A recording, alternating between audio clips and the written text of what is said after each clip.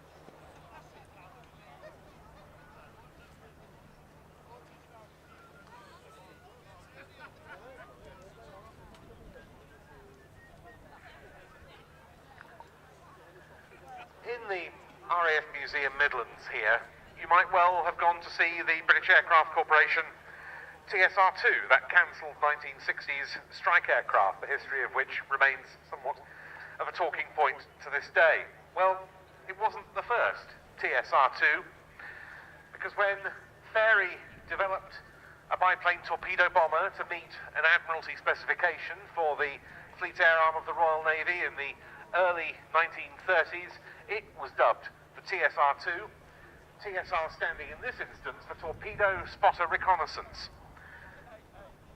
It was based on their earlier TSR-1 design, but with a more powerful version of the Bristol Pegasus engine, slightly swept-back wings, a longer rear fuselage, and the ability to operate on either wheels or floats.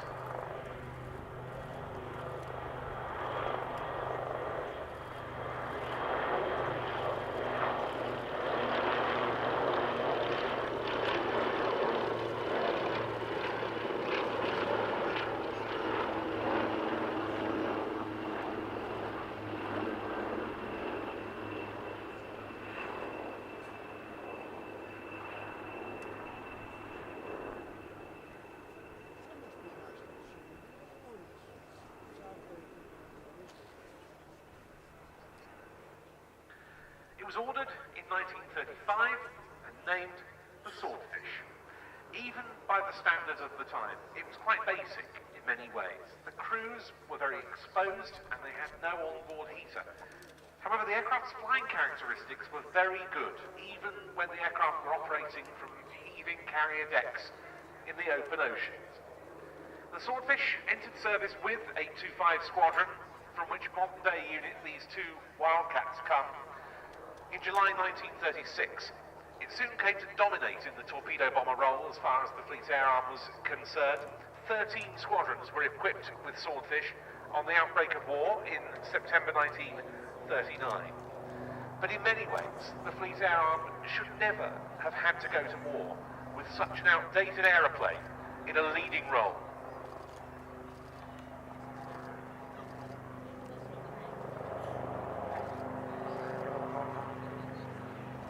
Heading in for a break.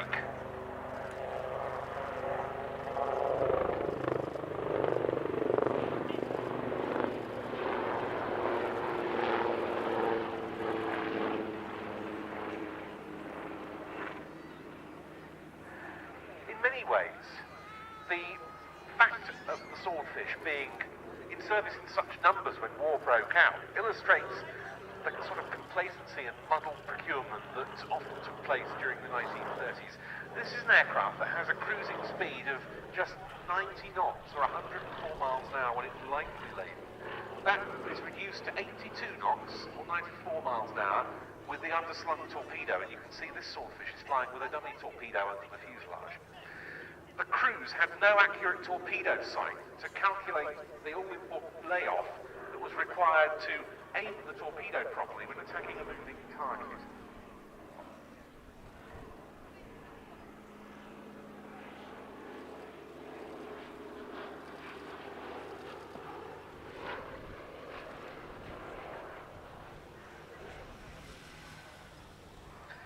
Instead, all they had was a row of flashlight bulbs positioned on a bar level with the pilot's eye line. The distance between two of those bulbs represented 5 knots of speed at 1,000 yards, but there was no way of assessing the range from the target other than the pilot's experience. And thankfully, the Fleet Air Arm's torpedo bomber pilots had very regular practice to hone those skills. The Swordfish first went into combat in Norway in April 1940, flying both off carriers and on floats. Back home in 1940, as the Battle of Britain was fought, the Fleet Air Arms squadrons were placed under the control of RAF Coastal Command, and Swordfish, 85 years ago, kept watch on enemy-held ports from which a German invasion of Britain could be launched. Sometimes they also spotted for naval guns.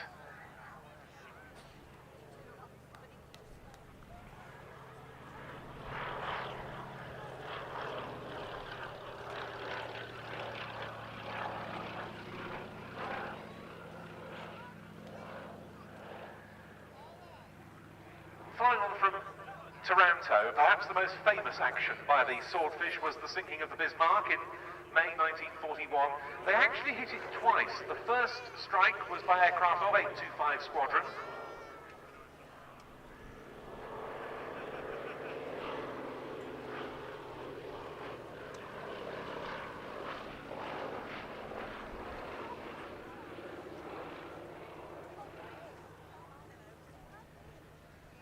Flying off HMS Victorious, they managed to achieve 1 torpedo strike, which slowed the ship.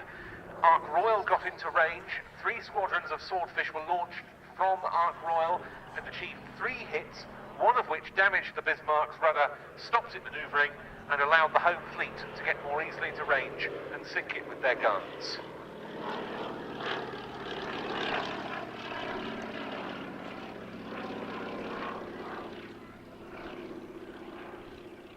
The operation against the Bismarck was a good example of how the Swordfish also had certain advantages. It was able to fly so slowly that the Bismarck's flak guns found it difficult to track the biplanes, and those guns struggled with close-in targets, which was a bit of a surprising drawback, rectified later on the likes of the Tirpitz.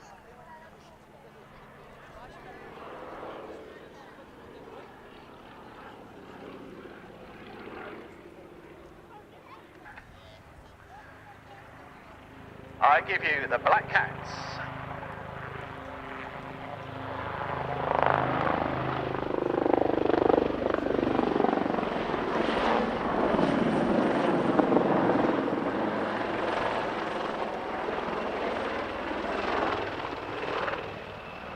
From that opening first brake, the aircraft head out back onto the B axis as they pull up again to cross each other. What they call the 180 cross.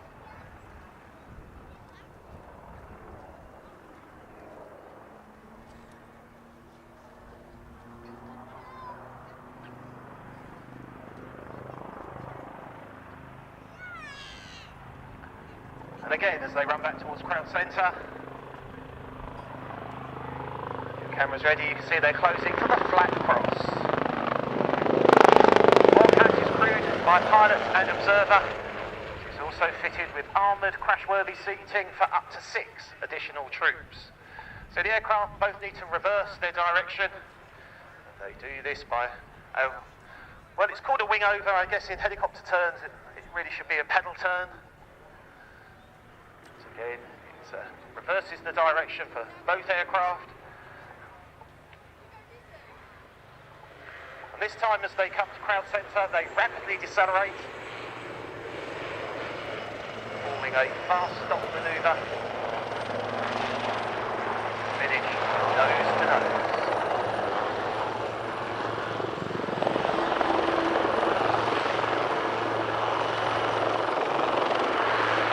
These aircraft operate very small helicopter landing pads,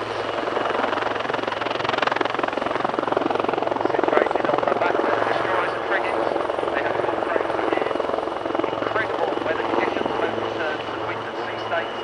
So this kind of precision that you see demonstrated this afternoon is absolutely essential. And this is the climbing carousel. The aircraft nose to nose at each other. climbing to around about 500 feet, while also revolving through the three fraction degree 480 degrees.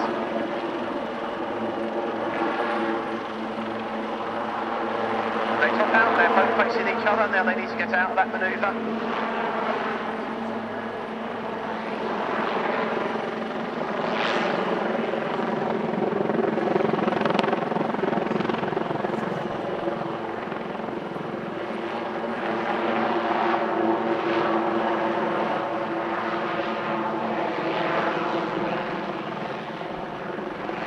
Going to do that by spot turn away from each other, and then watch for the steep nose down.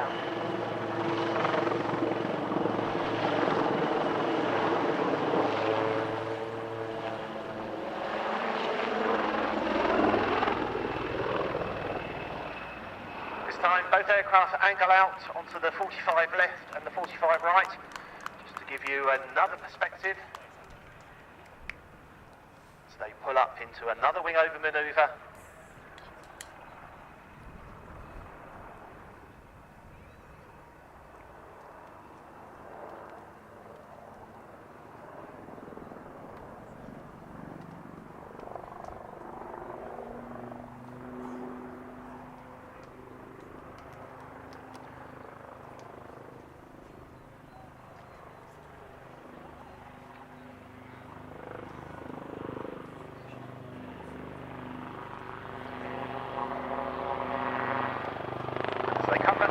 Centre, there's a big handful of cycling in the aircraft, rapid but control climb again up to 500 feet or so. Feed the nose over one direction, down with the other.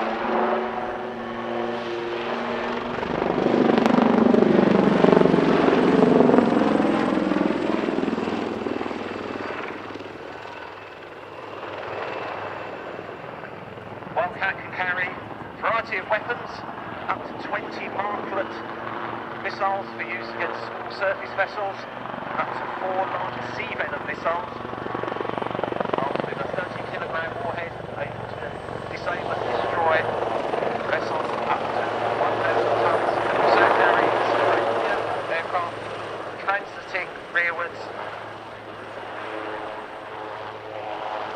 and then dipping their nose in cylinders.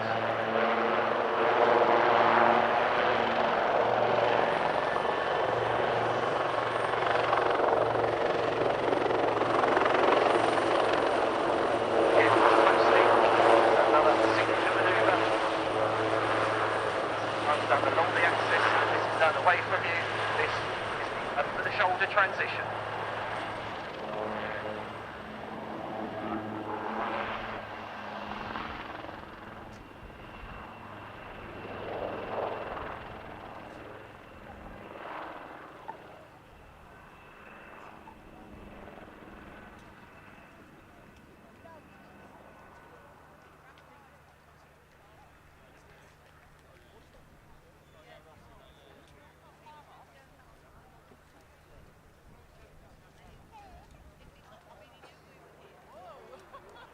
Wildcat is fitted with a nose-mounted Westcam electro-optical device. A very impressive piece of kit enables the pilot to detect targets in all weathers at long range.